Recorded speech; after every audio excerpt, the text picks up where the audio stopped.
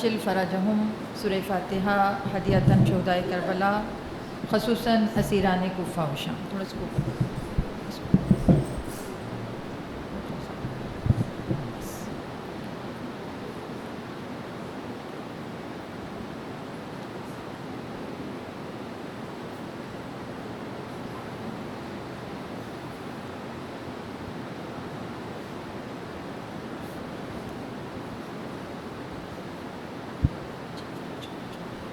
درود پر محمد علیہ وسلم. دیکھتی ہوں.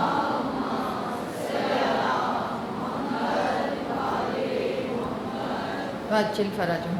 اعوذ باللہ من الشیطان اللعین الرجیم. بسم اللہ الرحمن الرحیم. الحمد للہ رب العالمین والعاقبۃ للمتقین والنار للمخلدین. الصلاۃ والسلام علی اشرف الانبیاء والمرسلین. درود پڑھیے محمد علیہ وسلم.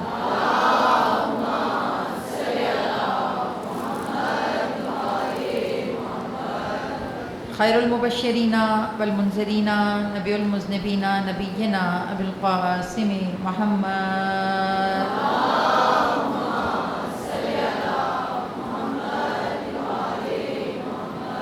وأہل بیت طیبین الطاہرین المعصومین. اما بعد فقد قال اللہ تبارک و تعالی فی کتابہ المتین والفرقانہ الحمید وقولہ الحق بالحق. صلوات.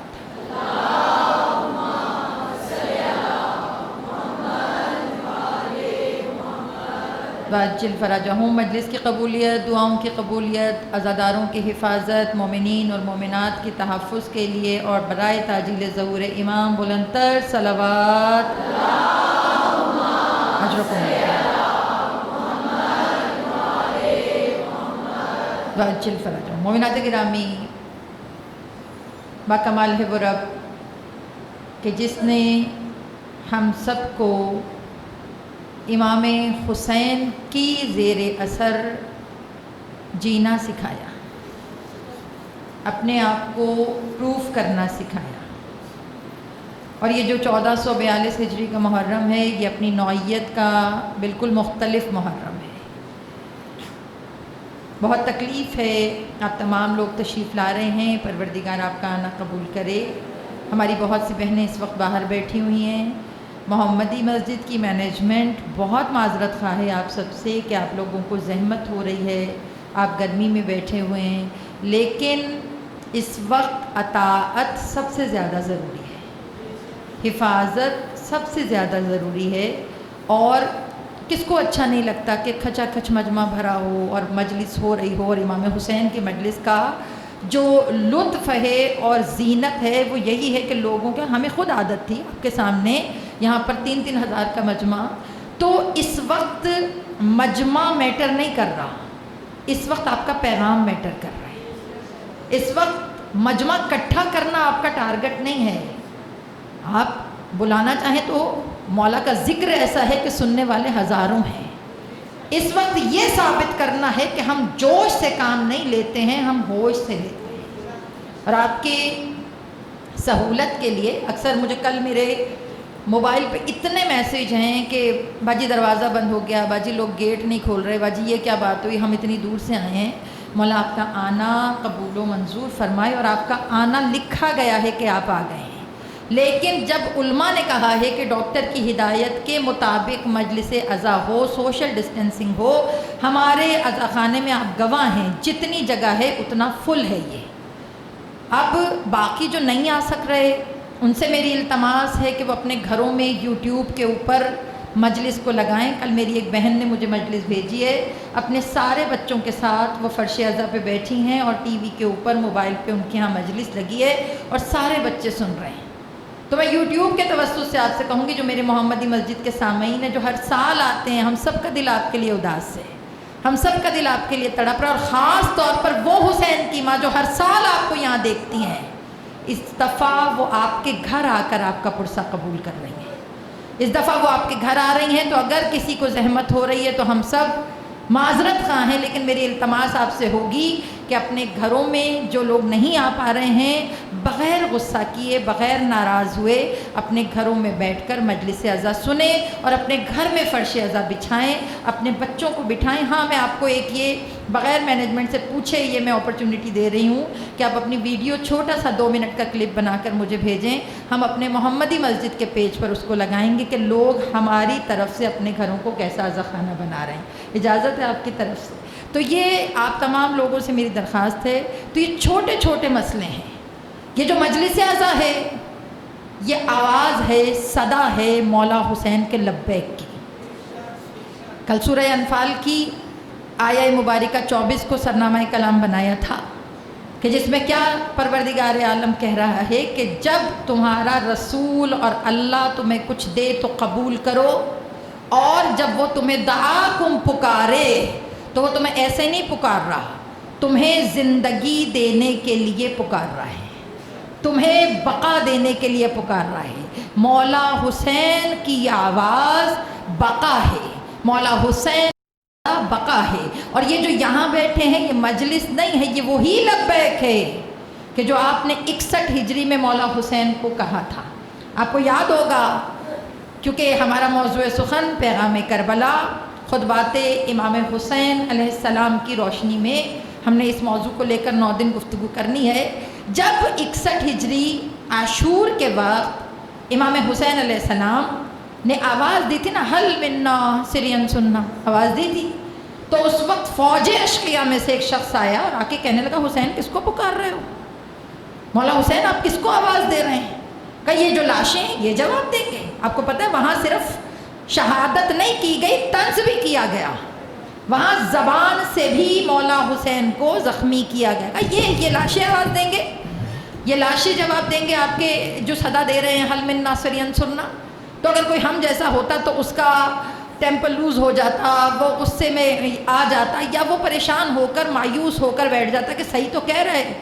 مگر مولا حسین نے وہاں پہ کھڑے ہو کے جو جملہ کہا وہ میں آپ کو سنانا چاہ رہی ہوں۔ پورے 9 دن میں مولا حسین کی گفتگو کروں گی، کیونکہ ہم ہمیشہ سے مولا حسین کے وہ جملے جو انہوں نے عاشورہ کے دن کہے ہیں وہ ہم اگنور کر گئے ہیں۔ تو مولا حسین وہیں کھڑے ہوئے، اب جاگے گا جو اسے جملہ سمجھ میں آئے گا۔ مولا حسین نے یہ نہیں کہا کہ میں تمہیں نہیں بلا رہا، میں لاشوں کو نہیں بلا رہا، میں آواز نہیں دے رہا۔ مولا نے کھڑے ہو کے جملہ کہا، انا فخر ابراہیم، یعنی کہ ایک ایسے شہسوار سے کوئی یہ جواب ایکسپیکٹ نہیں کر سکتا تھا کہ وہ وہاں کھڑے ہو کر کہ جب زخموں سے چور ہیں، ہر طرف لاشیں بکھرے ہوئے ہیں، وہاں پہ مولا حسین آپ کو میسج کیا دے رہے ہیں کہ جب مصیبتیں آئیں تو گھبرانا نہیں ہے۔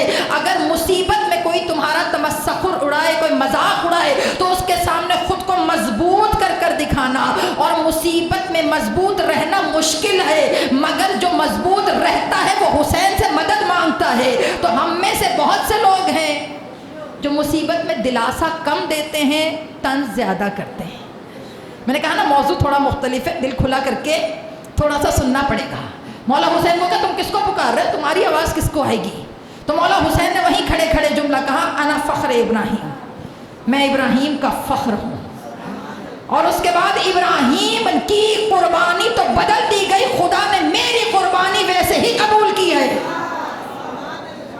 ابراہیم نے تو آنکھوں پہ پٹی باندھ کے خنجر چلایا ہے، میں وہ فاطمہ کا لال ہوں جس نے کھلی آنکھوں سے برچھی کھینچی ہے۔ فخر ابراہیم کہنا کوئی آسان کام نہیں ہے، مولا حسین کو سمجھنا کوئی آسان کام نہیں ہے۔ جب مولا نے حل من ناصر انصرنا کی صدا کو بلند کیا تو مولا نے کہا میں فخر ابراہیم ہوں۔ اب جب مولا نے کہا فخر ابراہیم، لوگوں کو سمجھ میں نہیں آیا کہ مولا اس وقت یہ جملہ کیوں کہہ رہے تھے۔ کہا تمہیں یاد نہیں ہے، یہ بعد میں علماء نے اس جملے کی تشریح کی، شرح کی، انہوں نے فرمایا کہ تمہیں یاد نہیں ہے جب اللہ نے حضرت ابراہیم سے بیت اللہ بنوایا، سورہ بقرہ پڑھیے، گھر میں جا کر اس میں پورا واقعہ درج ہے۔ بیت اللہ بنوا کر اللہ نے جب مکمل ہو گیا، کامل ہو گیا، تو اللہ تعالیٰ نے حضرت ابراہیم سے کہا اب آواز دو، لوگوں کو میرے گھر کی طرف بلاؤ، لوگوں کو صدا دو۔ آپ میں سے جنہوں نے 2 3 4 دفعہ حج کیا ہے، جنہوں نے 1 دفعہ کیا ہے، یہ وہی حضرت ابراہیم کی آواز کا نتیجہ ہے کہ جنہوں نے جتنی دفعہ حضرت ابراہیم کو لبیک کہا، جنہوں نے جتنی دفعہ حضرت ابراہیم کی آواز پر لبیک کہا، اللہ انہیں اتنی دفعہ بیت اللہ کا اذن عطا فرماتا ہے۔ تو حضرت ابراہیم نے کھڑے ہو کر کہا کہ بار الہا، درود پڑھیے گا محمد والے محمد۔